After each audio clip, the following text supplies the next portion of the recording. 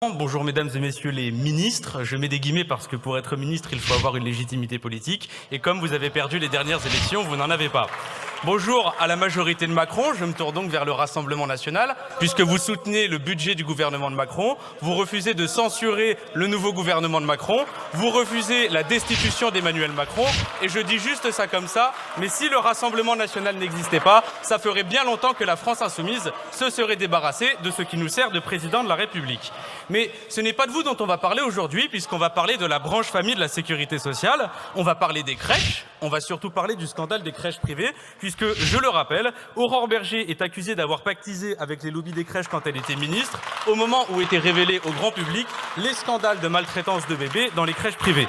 Ça doit être le 97e scandale politico-financier dans lequel un ancien membre du gouvernement a été impliqué, mais pas que les membres du gouvernement, puisque Yaël Braun-Pivet, la présidente de l'Assemblée nationale, qui a été élue par 17 ministres enterrant définitivement la séparation des pouvoirs, a tout de même couvert Aurore Bergé pendant 2 semaines pour empêcher que notre bureau de l'Assemblée nationale engage des poursuites contre Aurore Bergé pour parjure. On retrouve donc ici ce qui fait la marque de la présidente de l'Assemblée nationale, une partialité assumée et un soutien total et inconditionnel à tout ce qui, de près comme de loin, met en danger la vie des enfants. Mais le pire du scandale des crèches, c'est le système que vous avez organisé. 90% des places qui ont ouvert ces 10 dernières années sont des places en crèches privées.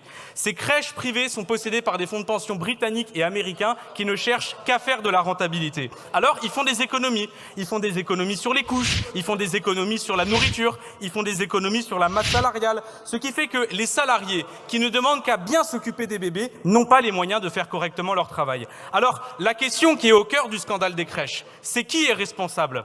Regardez-moi bien droit dans les yeux, monsieur le ministre. Vous êtes responsable.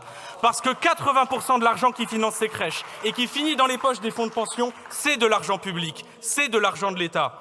Quand j'ai demandé à votre administration, la CNAF, ce qu'ils pensaient de votre système de financement, ils m'ont répondu un document comptable en me disant « Nous avons atteint nos objectifs ». Les objectifs que vous fixez, monsieur le ministre. Entendez-moi bien. Tant que vous ne sortirez pas le secteur de la petite enfance du secteur privé, pour à la place investir massivement dans un service public de la petite enfance qui offre des places à tout le monde et dont le premier critère est la qualité de l'accueil de l'enfant, ce qui implique de le sortir du privé parce qu'on ne fait pas de rentabilité sur ces sujets-là. Tant que vous ne ferez pas cela, vous ne serez pas seulement responsable, monsieur le ministre, vous serez complice, tout comme Aurore Bergé a été complice.